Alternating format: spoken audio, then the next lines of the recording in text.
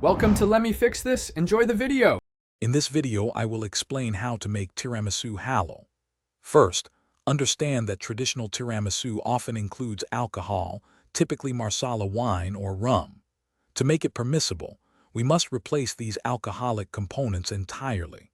We'll focus on achieving that rich, authentic tiramisu flavor using only halal-certified or naturally alcohol-free ingredients. This ensures your dessert is delicious and adheres to Islamic dietary laws. For the coffee layer, brew a very strong espresso or dark roast coffee. This is crucial for dipping your ladyfingers.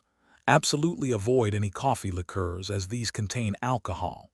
Next, prepare your mascarpone cream. This involves whisking egg yolks with sugar until pale, then folding in mascarpone cheese. Ensure your vanilla extract is alcohol-free to keep the entire mixture halal. This creates the rich, creamy base. Now, let's assemble your tiramisu. Quickly dip each ladyfinger into the cooled coffee. A brief dip is enough to moisten them without making them soggy. Arrange a single layer of these coffee-soaked ladyfingers at the bottom of your dish. Spread half of your prepared mascarpone cream evenly over the ladyfingers. Repeat this process with another layer of ladyfingers and the remaining cream. Finish by dusting generously with unsweetened cocoa powder.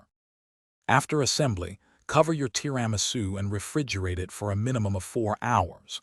Ideally, let it chill overnight.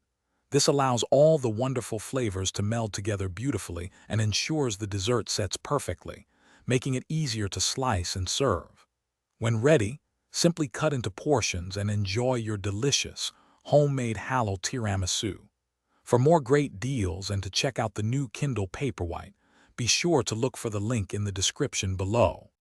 Thanks for watching. If you found this helpful, don't forget to like and subscribe.